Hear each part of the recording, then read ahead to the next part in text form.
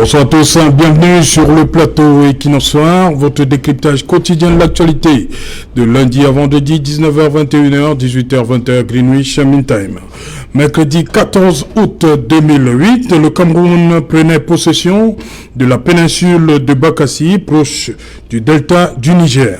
Dès 1994, Bakassi, environ 40 000 âmes, avait été au centre d'un contentieux entre le Cameroun et le Nigeria devant la Cour internationale de justice.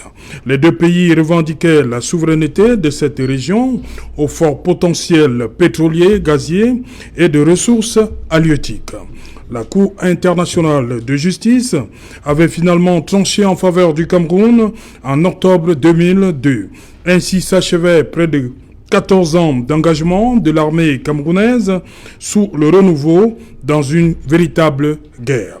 Juste le temps de souffler que nos forces de défense et de sécurité seront appelées dès 2014 à se déployer sur un nouveau front et en face, un ennemi appelé Boko Haram. Les islamistes de Boko Haram, on s'en souvient, venaient de frapper un grand coup au Nigeria en enlevant près de 270 lycéennes à Chibok. C'est au cours du sommet de Paris consacré à la menace Boko Haram au Nigeria et dans la sous-région que Paul Biya va déclarer la guerre à la secte islamiste. Nous étions exactement le 17 mai 2014. Le Cameroun venait s'ajouter sur la longue liste des victimes des frappes de Boko Haram. 7 ans après, les forces de défense et de sécurité ont réussi à faire reculer la menace grâce aussi à la collaboration des populations regroupées dans des mouvements d'autodéfense. Le conflit entre les forces de défense et de sécurité et Boko Haram a provoqué la mort de milliers de Camerounais d'après le rapport 2020 de Human Rights Watch et le déplacement de près de 270 000 autres depuis 2014, entraînant la hausse du nombre de groupes d'autodéfense. Toujours selon ce même rapport, plus de 3 000 civils et des centaines de membres des forces de défense et de sécurité ont été tués dans les deux régions anglophones depuis le début de la crise dite anglophone, c'était en 2016. Madame, Monsieur, tout à l'heure à 20h, c'est la grande édition d'information présentée par Cédric Noufelet. Je vous reviens après pour Equinoxoir. Deuxième partie, ce sera le temps du débrief.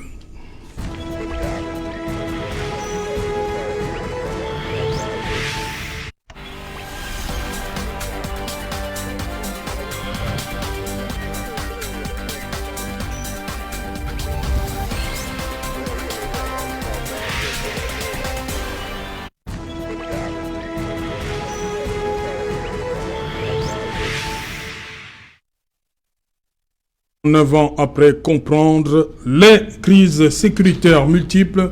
Pour en parler, nous avons invité en plateau ce soir Eric Yombi. Bonsoir Eric, bienvenue. Merci. Bonsoir aux copanélistes. Permettez également que j'aie une pensée au sujet de nos compatriotes qui souffrent le martyre en Guinée équatoriale en ce moment. Oui. En ce jour, j'ai reçu en début d'après-midi vraiment des photos, des images très difficiles. Il s'agit d'un couple de Camerounais ayant un enfant. Ils ont été traités de manière inhumaine, semble-t-il, par des policiers équato-guinéens. Et de plus en plus, ces personnes ne demandent qu'à être rapatriées au Cameroun. Je te dis, ces Camerounais ne demandent qu'à être rapatriés au Cameroun, tel que les autres pays le font. Permettez également, n'est-ce pas, que j'adresse un bonsoir particulier au docteur Noupoué, qui, après 8 heures d'opération aujourd'hui, a pu, n'est-ce pas, après une chirurgie très particulière, s'occuper d'un de nos compatriotes venu d'un hôpital que je ne citerai pas le nom, dans un état très très difficile. Donc après 8 heures, nous sommes contents de savoir que ce compatriote peut retrouver toute sa motricité. Je pense également à William Gassam depuis Toronto. Et Dr Mambi qui est à l'école normale de Maroua, qui fait un travail extraordinaire dans notre grande. Voilà, merci Eric Yombi, journaliste indépendant et surtout écrivain. Vous venez de commettre cet ouvrage, Le poids colonial de la France, entre façonnage, errance et autolibération en Afrique noire francophone. Une question, pourquoi? Oui, plus de 60 ans après l'acquisition des indépendances, il m'a paru important que nous fassions le bilan. Qu'est-ce qui a marché? Qu'est-ce qui n'a pas marché avec cette ancienne puissance dominatrice qu'est la France? Aujourd'hui, est-ce qu'il y a quelque chose qui fait que le développement en ce qui concerne au moins l'Afrique noire francophone est difficile? Il a fallu donc entrer dans cette réflexion et comprendre qu'il y a de part et d'autre des pesanteurs. Nous constatons notamment qu'il existe un certain nombre d'accords qu'on peut qualifier des accords iniques, notamment dans le domaine de la défense, notamment dans le domaine monétaire avec le franc CFA, toutes choses qui constituent, n'est-ce pas, des véritables pesanteurs. Mais nous constatons également que ces populations d'Afrique noire francophone ont du mal à s'émanciper parce qu'il manque de force, parce que la société civile est totalement embrigadée et parce que les pouvoirs centraux, les différentes satrapies sont dans une logique d'embrigadement du pouvoir. Mais après avoir dit tout ça, le livre a la vertu de proposer des solutions, notamment la mise en place, n'est-ce pas, d'un observatoire des crises et des tensions sociopolitiques. C'est-à-dire qu'il faut désormais un institut pour observer notamment la détection, l'évolution du tribalisme dans nos sociétés, afin de dire aux autorités, c'est ici qu'il faut taper du doigt afin que les différents maux soient résolus. Éric Yombi, c'est le 7e, hein? C'est le 7e ouvrage, tout à fait, c'est le 7e. Monsieur, vous souhaitez bon vent, c'est qu'après 7, Merci. il y a le 8 qui est... Tout à fait. Voilà. Merci. 8, la 9. En effet. Éric Yombi, merci beaucoup. Merci. D'avoir accepté une fois de plus notre invitation. Hein. C'est moi qui vous remercie. On le fait tout le temps, merci. Merci. Joel Mukage, you're welcome. It's been a long time. Sure. Serge, good evening to you. Good evening to co-panelists. Good evening to those who are watching Equinox, which is one of the highest channels watched in Cameroon. Special good evening to the program or channel? The program. Equinox, the program. Okay. And Equinox as a whole. Yeah. Equinox as a whole is one of the highest watched channels in Cameroon. So special good evening to all those who took time, energy and resources to watch the program. Special good evening to the peace-loving people of Misaje subdivision, where I come from. Special good evening to the people of Ngoti. I'm thinking of you, Chief Ashwintag, and to you, Chief Evaristus. Ils sont là-bas? They are watching, Serge. Non, je demande s'ils sont dans leur... Ngoti? Yes. Yes, oui ou non? There are there, some of them are there. Non, ça va, vous avez dit ils sont là. Ok, c'est bon. Serge, non, Serge. Vous avez cité des chefs, je vous ai demandé. Ils sont sur place? No, the chief, the one I'm greeting is not in Ngoti. Ah bon, ça va, ok. Bonsoir, bienvenue, Willy Mengue. Bonsoir, monsieur Otto, bonsoir aux co-panélistes. Permettez-moi, dans la logique de la thématique qu'on va bien développer, d'adresser un bonsoir à deux arrondissements au Cameroun. Hein. L'arrondissement de Mokolo, dans l'extrême nord, où justement les localités de Katamza et de Mokyo ont de la peine à voir de l'eau. C'est-à-dire depuis 2011, il y a eu une promesse de 3000 forages d'eau dans les trois régions de l'extrême du septentrion du Cameroun, mais on n'arrive pas à comprendre non tenue jusqu'ici. Jusqu'à ce jour, rendu à plus de 10 ans, 2021, le septentrion a toujours de la peine à avoir accès à l'eau potable. On voit des populations qui s'abreuvent dans des flaques d'eau. Des flaques d'eau, c'est-à-dire de l'eau mélangée avec de la boue qui est considérée comme l'eau potable. Et une alerte a donc été donnée au niveau de la localité de Katamza et de Mokyo. C'est 3000 habitants au moins, chaque localité avec un seul point d'eau.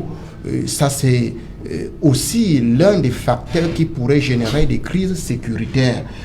Dans la même logique, je voudrais adresser un bonsoir aux populations de l'arrondissement d'Akom 2. Ah voilà, je savais. Également, on allait finir par là. Voilà. En 2011, avait reçu la promesse de bénéficier d'une route, notamment le tronçon qu'on appelle un Djangoto, c'est-à-dire Ebolova Akom 2 Kribi. 10 ans après, c'est-à-dire la route de James Gould, c'est-à-dire l'évangéliste américain. C'est de lui que ce nom vient, de James Gould, qui a porté l'évangélisation, notamment la mission protestante, venant de Kribi, Mang.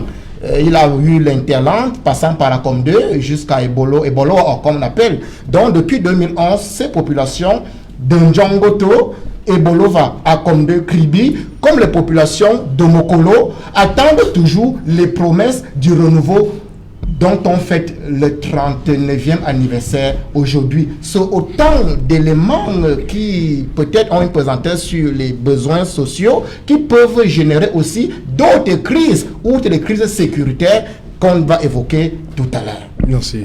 Oumarou, bienvenue. Bonsoir Cézanne Alamoutou, bonsoir aux copanélistes et bonsoir à tous les fidèles. Fidèles 3 fois. De l'émission Equinosoir de ce soir. C'est normal, c'est les MRC. Ah, déjà? Oui. Non, c'est la civilité. Hein, j'ai déjà fini avec les vous avez fini avec la civilité? Mais avant, lui, vous permettez donc qu'on rentre dans les débats? Mais c'est aux toilettes. Lui aussi, dans ces civilités qu'il a profité pour évoquer les débats qui ne peuvent même pas partir de notre thème à l'ordre du jour. C'est vrai que nous tous, nous savons qu'il y a des problèmes de besoins de sociaux bases dans toute la République. Mais à chaque fois quand c'est évoqué, nous savons tous, le gouvernement de la République est à pied d'œuvre. Il a rappelé, c'est vrai, il y avait une promesse de forage dans l'extrême nord du pays et aussi dans la localité de Mokolo, il a évoqué. Et je pense qu'à chaque fois, si ces problèmes sont évoqués, les responsables en charge s'en occupent pour essayer de trouver ces solutions aux problèmes de la population. Nous tous, nous sommes unanimes. En 2021, on ne peut pas accepter quand même certaines localités du pays à manquer de l'eau. C'est quand même un besoin vital. Je pense qu'il y a eu des avancées sur ce point. Et même les élites aussi se sont concertées. Ils ont contribué pour construire des forages. Ça fait partie aussi, selon notre constitution, dans son préambule, même la population aussi peut contribuer aux charges publiques en fonction de ses moyens. Ok. Voilà, Eric Yombi, 1994, il y a Bakassi. 2014, il y a Boko Haram. 2017, il y a le conflit armé dans le Nozo. En 39 ans, c'est énorme pour un seul homme, président de la République, de gérer ces 3 mouvements en 39 ans. Je pense que c'est très lourd. Avant de répondre directement à la question que vous posez, je dirais que le président Biya fait des efforts, beaucoup d'efforts, mais il a été rattrapé par une double réalité. La première réalité, c'est qu'il y a eu une très mauvaise gouvernance en ce qui concerne la sécurité des masses. Parce que le pouvoir tel qu'il a été conçu par l'actuel président, ça a été dans une logique d'avoir une sécurité prétorienne, c'est-à-dire une armée qui lui est totalement dédiée. Du coup, c'était difficile de continuer dans la même lancée que son prédécesseur, Amadou Ahidjo, qui lui avait, n'est-ce pas, une sécurité de fait incarnée par des hommes tels qu'Oumarou Djamyaya, de même que M. Foshivé. Donc, Biya n'a pas pu tenir fortement cette machine de telle sorte qu'il puisse continuer dans cette même logique. Du coup, vous constatez que avec l'absence de prévisibilité, le deuxième élément, le Cameroun s'est retrouvé dans un état de porosité extraordinaire. Alors, tout à l'heure, avant l'émission, nous parlions notamment, n'est-ce pas, de Banki. Alors, pour ceux qui ne connaissent pas l'extrême nord du Cameroun, Banki, c'est une localité située en terre nigériane. Alors, vous avez les Camerounais qui sont à l'extrême nord, qui disent souvent qu'ils vont à Banki. D'accord? Or, en général, ils ne vont pas à Banki au Nigeria. En réalité, ils vont à Amchide. Ils vont à Amchide. Amchide, c'est l'une des plus grandes localités avant la frontière avec le Nigeria. Donc, vous voyez comment est-ce que nous sommes dans une logique où des Camerounais prononcent le nom d'une localité qui n'est pas camerounaise et pourtant, ils vont dans leur propre pays. La question, c'est comment avons-nous réussi à construire une identité aussi extravertie? L'autre élément, c'est il existe au Cameroun ce qu'on appelle la Commission nationale des frontières. Elle a été mise en place en 1985, qui a été réorganisée quelques années plus tard. Mais je pense que la plupart d'entre nous ici, on ne sait pas ce qu'elle fait. Or, la Commission nationale des frontières, c'est un élément très important dans la gestion d'un pays. C'est un élément, c'est une institution qui est là pour dire au chef de l'État, voici un certain nombre de situations qu'il faut essayer de régler parce que cette porosité des frontières peut être source d'un certain nombre de problèmes. On constate que jusqu'ici, cette commission n'a pas véritablement fait son travail et nous avons quelques exemples. 1987, il y a plusieurs localités de l'extrême nord du Cameroun qui ont été attaquées, parmi lesquelles Darak, et on a installé des Nigérians au sein des chefferies à l'extrême nord du Cameroun. C'est l'une des sources du problème de Bakassi.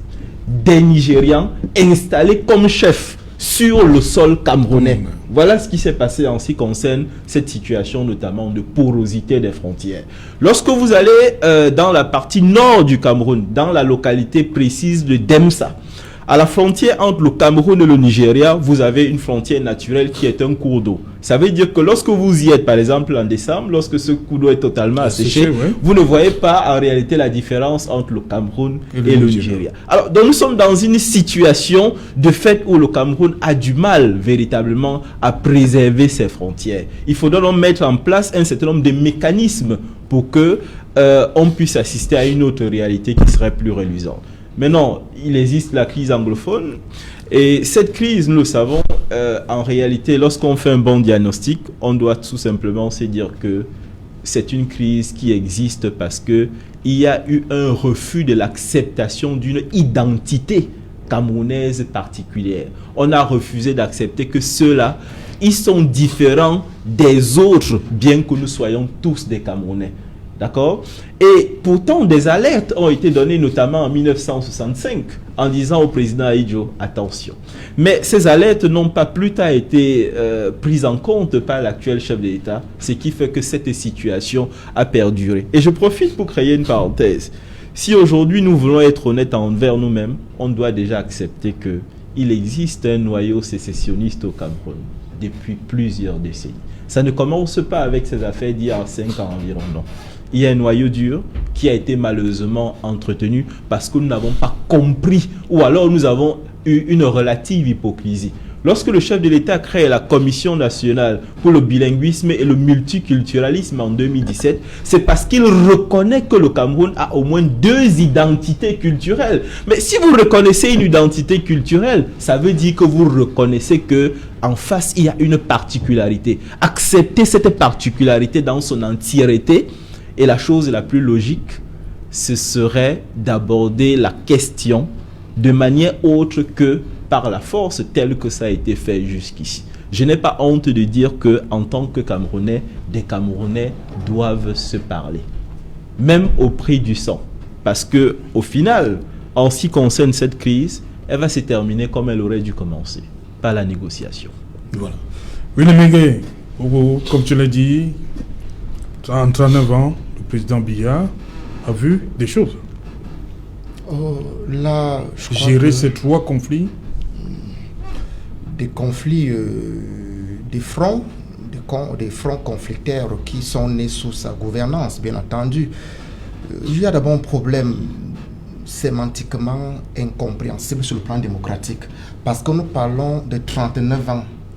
Nous ne parlons pas de 39 ans l'âge d'un homme, mais nous parlons de 39 ans l'exercice du pouvoir d'un homme. C'est-à-dire, il y a un homme qu'on appelle Paul Biya, qui est à la tête d'un État qu'on appelle le Cameroun depuis 39 ans. 39 ans. Ça vous dérange? 7 mandats successifs. Il y a d'abord un problème à ce niveau. Ça veut dire quoi? Ça veut dire que les performances qu'on attend d'un homme qui gère le pouvoir s'usant avec le temps, ne peuvent pas s'établir au même niveau sur une portée de temps qui va jusqu'à 39 ans. Je voudrais dire qu'en fait, en 14 ans, on peut attendre d'un homme qu'il garantisse la sécurité territoriale, la sécurité des biens et des personnes, la sécurité sociale, la sécurité politique, la sécurité économique. Il pourra le faire en 10 ans ou en 14 ans. Ça veut dire 2 mandats de 5 ou de 7 ans. Il peut le faire. Mais en 39 ans, en 7 ans, lui exiger ce genre de résultats, c'est de l'utopie, c'est l'illusoire. Ça veut dire quoi? Ça veut dire que la longévité au pouvoir a une explication sur l'enlisement des crises sécuritaires que vous évoquez, que ce soit la crise contre Boko Haram, que ce soit la crise du côté du nord et du sud-ouest.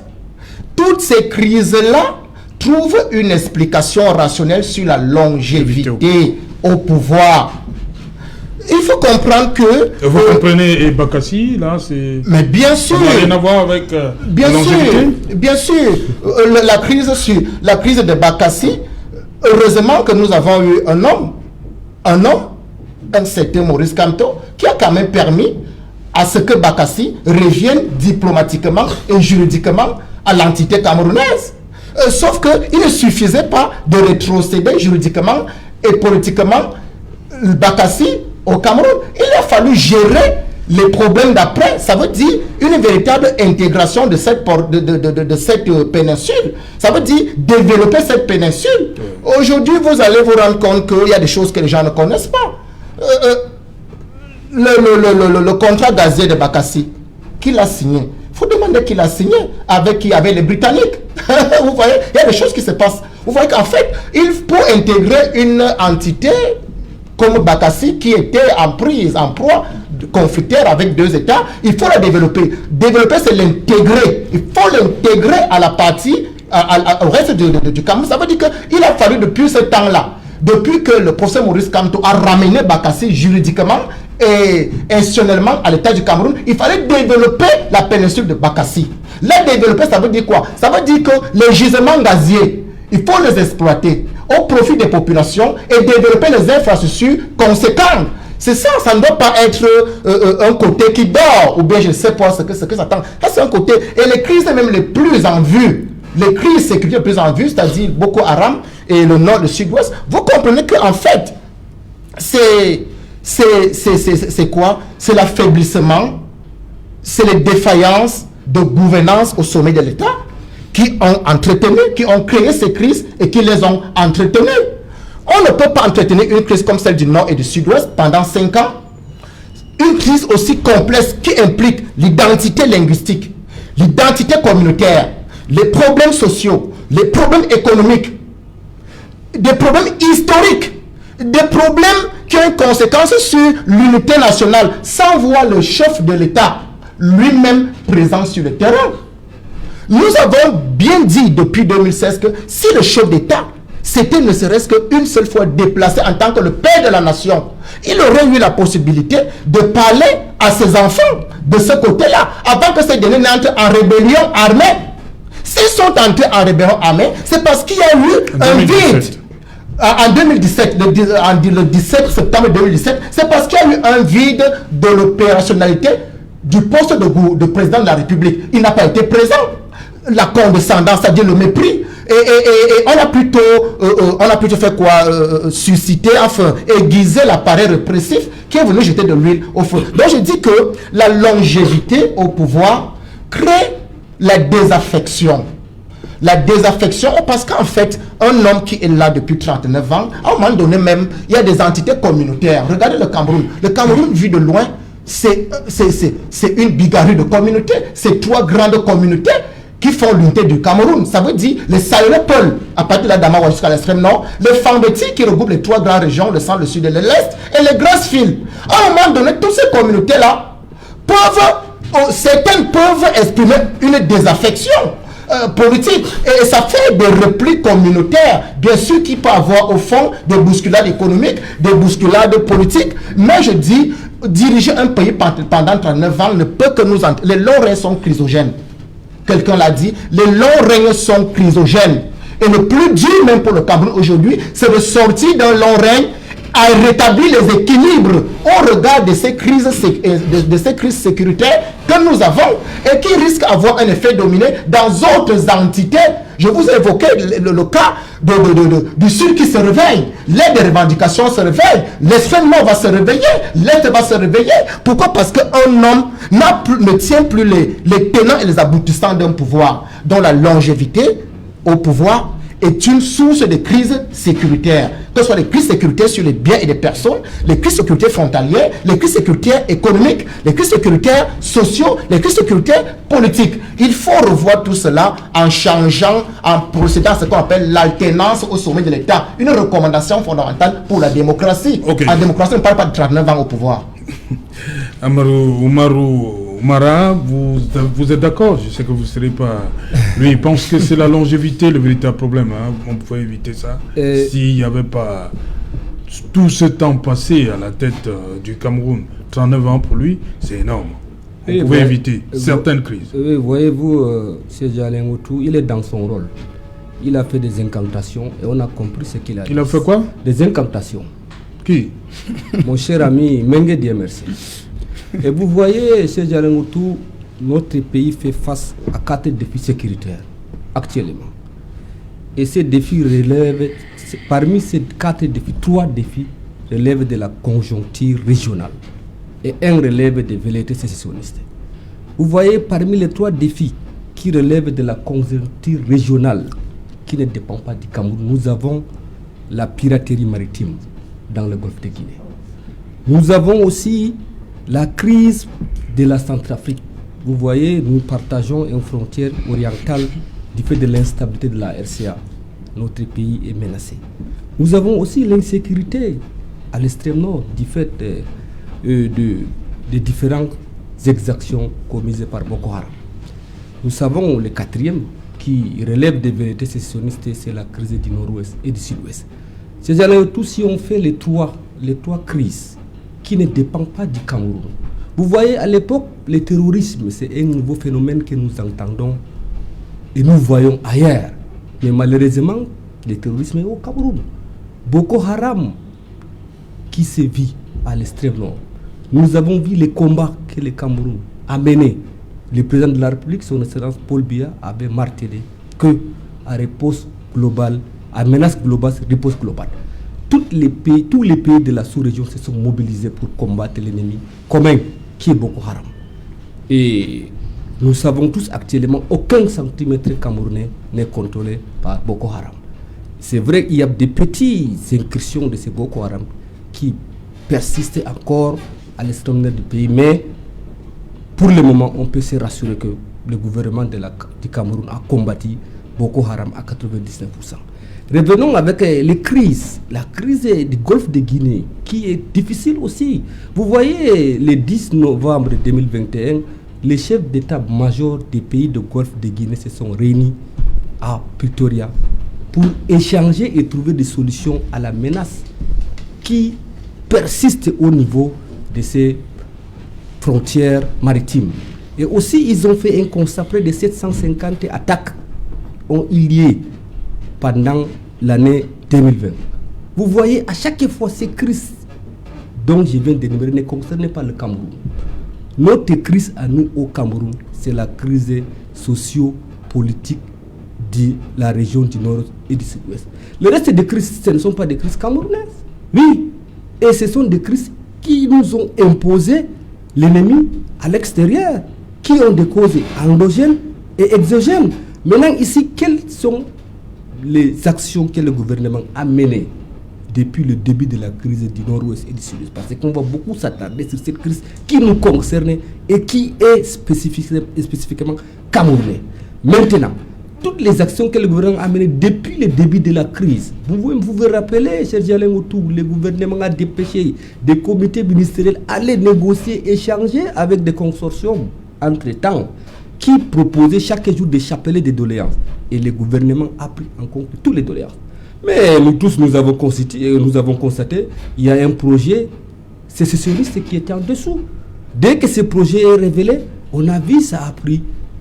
Ça prend, c'est-à-dire ça part dans tous les sens qu'on dit. Mais j'espère qu'avec l'accompagnement de la chancellerie et tous les chanceliers du Cameroun à l'étranger qui vont nous aider à dénoncer, à traquer ces individus tapis à l'étranger qui financent les sécessionnistes pour venir déstabiliser notre contrat. Vous voyez, Serge Alain, chaque époque a son courant de pensée. Cette époque a un courant de pensée terrorisme. Vous voyez, hier, je pensais que c'était hier à Boya, à l'université de Boya, les explosifs en plein amphithéâtre, c'est déjà là autour. Des étudiants blessés, nos étudiants, l'avenir du Cameroun, c'est déjà là autour. Les institutions sociales sont menacées, les édifices religieux, les édifices sociaux comme l'école, comme les églises ont été profanées et attaquées. À Boya, vous parlez de Boya et à Bamenda. Qu'est-ce qui se passe alors? Vous avez vu comment ça a commencé à Boya, avec les étudiants à Boya? Mais Serge Alain Outou, on a vu ça a commencé. C'est des gens qui manipulaient. C'est des gens qui manipulaient ces étudiants, les instrumentalisaient. Même les avocats ont été manipulés. Ce ne sont pas les étudiants, c'est les banques. Mais eux, ils ont compris, alors nous sommes les gens qui manipulaient, qui poussaient ces étudiants, ces avocats. Ils sont où? Les gens parlent, il faut libérer Sousi Tabé. Il faut faire l'intervention de la communauté internationale pour résoudre les problèmes de la crise socio-économique du Nord et du Sud-Est. Non. Les problèmes du Cameroun se résolvent au Cameroun, entre les Camerounais. Le président Paul Biya avait convoqué un grand dialogue national. Et c'était un succès. Les Camerounais entre eux ont échangé les problèmes du Cameroun. Pourquoi ça continue? Mais ça continue parce qu'il y a les gens qui alimentent ça. Oui, ça continue parce que nous savons tous, l'ennemi est à l'extérieur, ces gens autour. C'est lui qui alimente ces voyous manipulés dans la bourse avec des armes sophistiquées qui viennent tuer leurs propres frères, ces gens autour. On ne comprend pas comment des Camerounais s'entretuent. C'est une guerre fratricide. Pour quel intérêt ces gens autour? Ils pensent que parce qu'ils tuent leurs frères, ils tuent les étudiants en plein amphithéâtre. C'est pour la sécession? C'est pour le fédéralisme? Ou c'est pour la décentralisation accélérée? On se pose des questions. Ce sont des bandits en grand chemin qui se sont transformés en voyous qui ternissent l'image de notre République. Nous sommes à la veille de l'événement. Okay. Nous savons tous bientôt nous accueillons des étrangers. Des bandits qui se sont transformés en voyous. Mais bien sûr. Ah, les bandits transformés en voyous. Ce sont des bandits manipulés. On les manipule. Et même ils ont compris, les gens qui les manipulent ne sont plus là maintenant. Parce qu'ils ne peuvent pas revenir à la raison. Ce sont des drogués. Vous voyez à chaque fois quand ils consomment. Merci. Omara. Toi, Joël Mokage, 3 conflits en 39 ans pour vous. Et est-ce qu'on pouvait, surtout celui-là qui fait plus mal actuellement, plus de 3000 morts, est-ce qu'on pouvait éviter ça? Serge Alain, thank you very much. The first thing I want to say is that a group of sheep led by a lion will always win a group of lions led by a sheep. A group of lions led by a sheep will always win a group of sheep led by a lion. I'm saying that the most important thing is who is at the head, who is heading. Serge Alain, let me tell you that there is a topic that is taught in history, ordinary level and advanced level. And that topic is called why Paul Biya's ascension to power was greeted with a lot of euphoria. When Paul Biya came to power, Cameroonians celebrated. Why did they celebrate? First, they saw a young man, a young handsome guy. Second, they saw a bilingual person. When Paul Biya went to Bamenda in 1983, he said, Bamenda is my second home.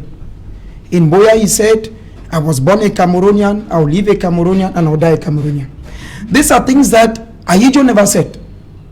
The people were like, hey, this is the person we've been looking for. That's the first aspect. The second aspect is Paul Biya came to power because we should be able to tell Cameroonians that Paul Biya did not fall from sky. Paul Biya has been with Ahidjo's government for long, for close to 30 years. This is a guy who had been in the Ministry of Education, in the ministry, at the presidency, at the security. He has done every ministry. So Cameroonians said, okay, this man at least knows our problem. That's another aspect.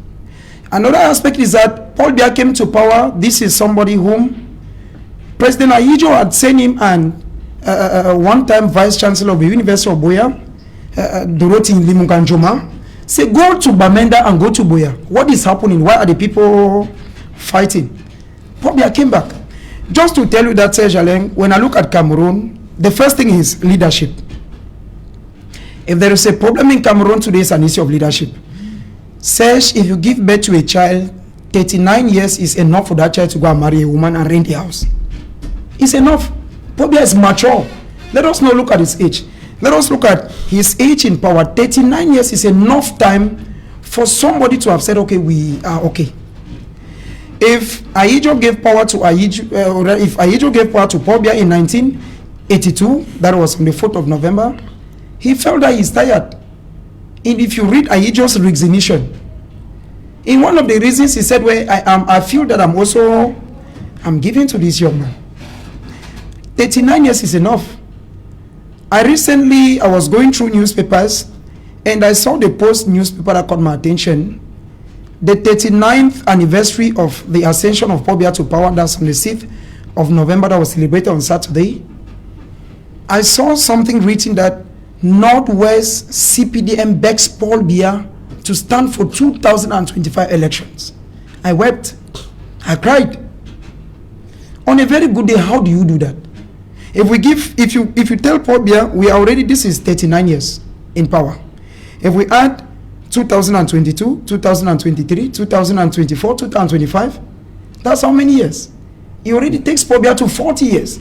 So should Paul Biya still go for elections as we saw and wins in 2025? Where are we going to? I don't have an issue with him staying for long, but I'm saying that, Serge Alain, most of the problems we have in Cameroon, one, is because of Paul Biya's longevity in power.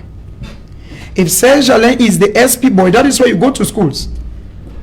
When they say, for instance, Monsieur Serge Alain est président de la coopérative, c'est un mandat d'un an. Après, on choisit quelqu'un d'autre. I think that Paul Biya has overstayed in power. Before I came to this program, Serge, the guy, my rider who brought me here. C'est par élection quand même, non? C'est par élection. Et en 2025, il va encore gagner. C'est par élection. Oui, c'est par élection. Il va encore gagner. Il est. Serge Alain. The bike man who carried me, when I was coming with him, I told him, j'ai pas comme ça, j'ai pas fait l'émission à Equinox. I asked him, I said, si vous avez la chance aujourd'hui de parler avec Paul Biya, qu'est-ce que vous allez dire? He told me, I will tell him he's tired. Serge Alain, some of the problems you have in Cameroon is Paul Biya has tried. He has done it. He has done everything that is good. We cannot, yes, there is a northwest and a southwest. That's a problem. There is Boko Haram, there is every problem, but longevity of Paul Biya in power is a problem. Choose the people of choice. Which choice? Your longevity Which of choice? power of President Paul Biya. When you people, wait, listen, when you people see, like what I saw on the Post newspaper, when you people say that Northwest CPDM backs Paul Biya, I come from the Northwest and the Southwest.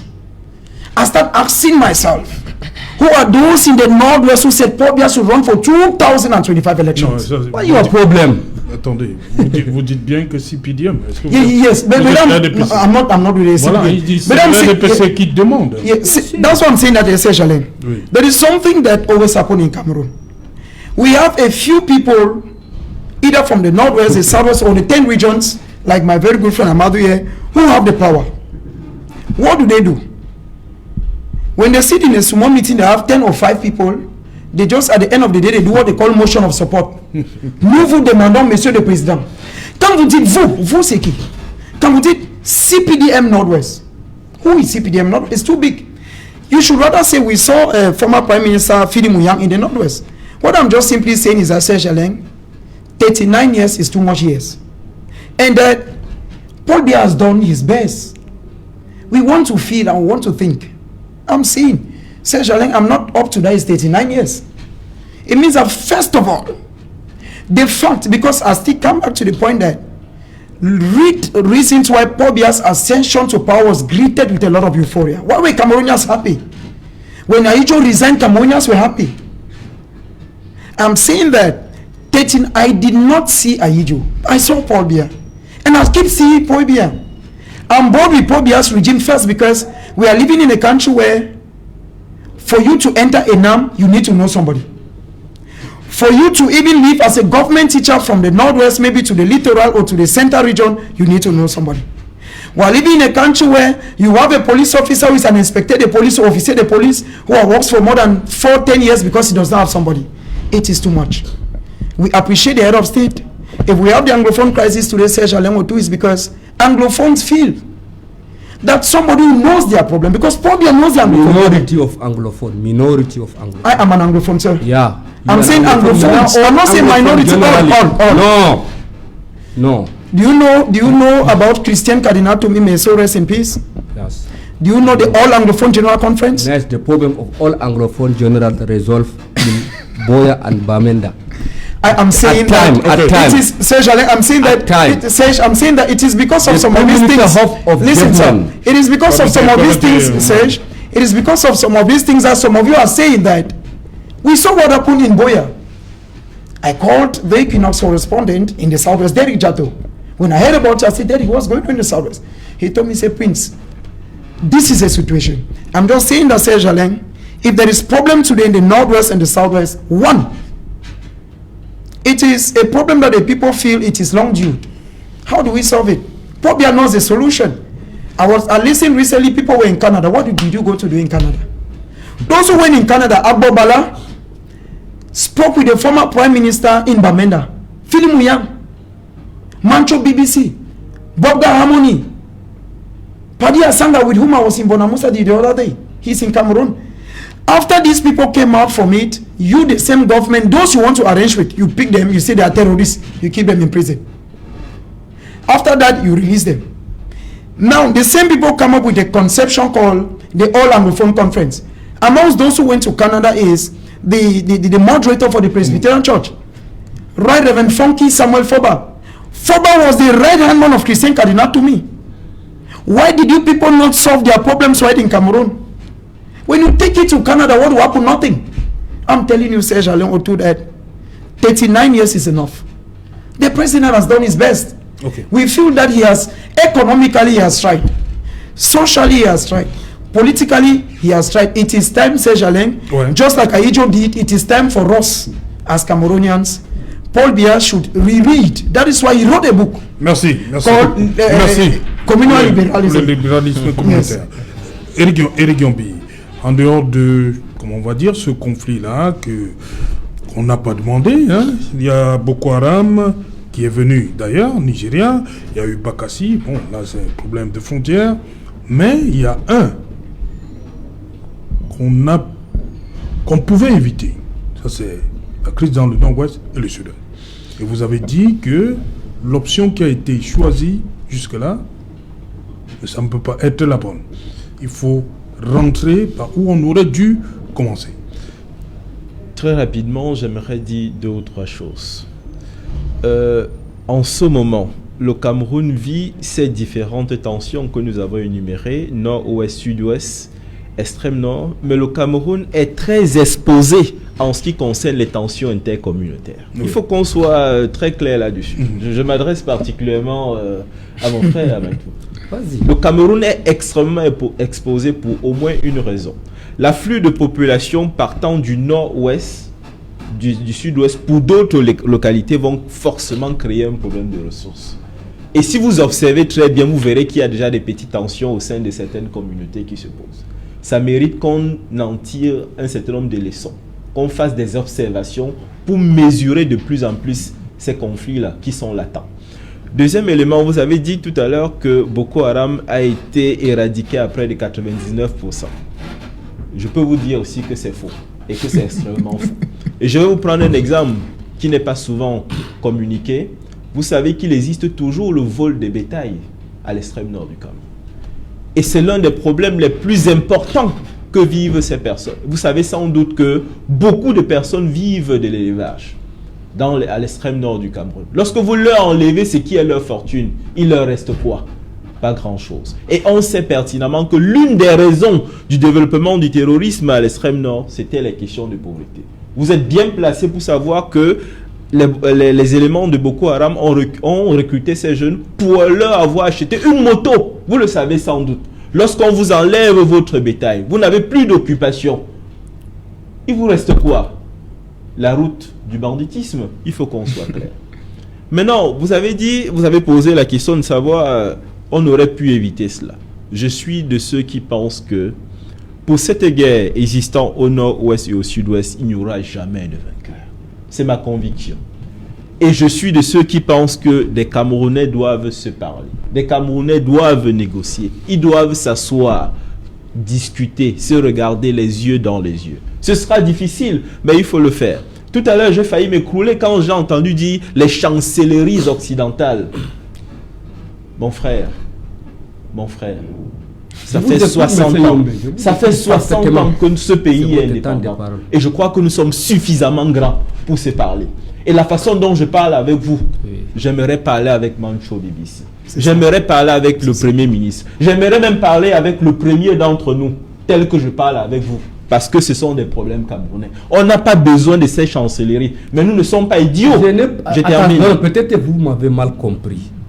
J'ai dit ceci. Les chancelleries doivent nous faciliter la tâche. Parce que c'est eux qui savent où sont logés les terroristes à l'étranger. Moi, je ne suis pas pour l'option de la communauté internationale s'est mixé dans les affaires internes du Cameroun pour nous aider à trouver la solution à notre problème. Ok. Je vais vous dire quelque chose. Si nous n'étions pas sur ce plateau, oui, monsieur Youmbi, je vous aurais embrassé comme un frère. Vous savez pourquoi? Parce que c'est notre postulat, d'accord? La solution des problèmes du Cameroun ne viendra pas d'ailleurs. Ça viendra d'entre nous. C'est de ça qu'il s'agit. On était assis au grand dialogue national pour trouver le problème du Cameroun entre les Camerounais. Monsieur Youmbi, nous tous nous connaissons que le grand dialogue national. Je terminerai par là. La chose n'a pas. Si ce dialogue avait fleuri, on n'aurait pas eu ça. Merci. On va revenir. Malheureusement, le temps il nous prend par la gorge. Dans un instant, le 20h de Cédric Noufélé, on se retrouve pour le débrief du journal.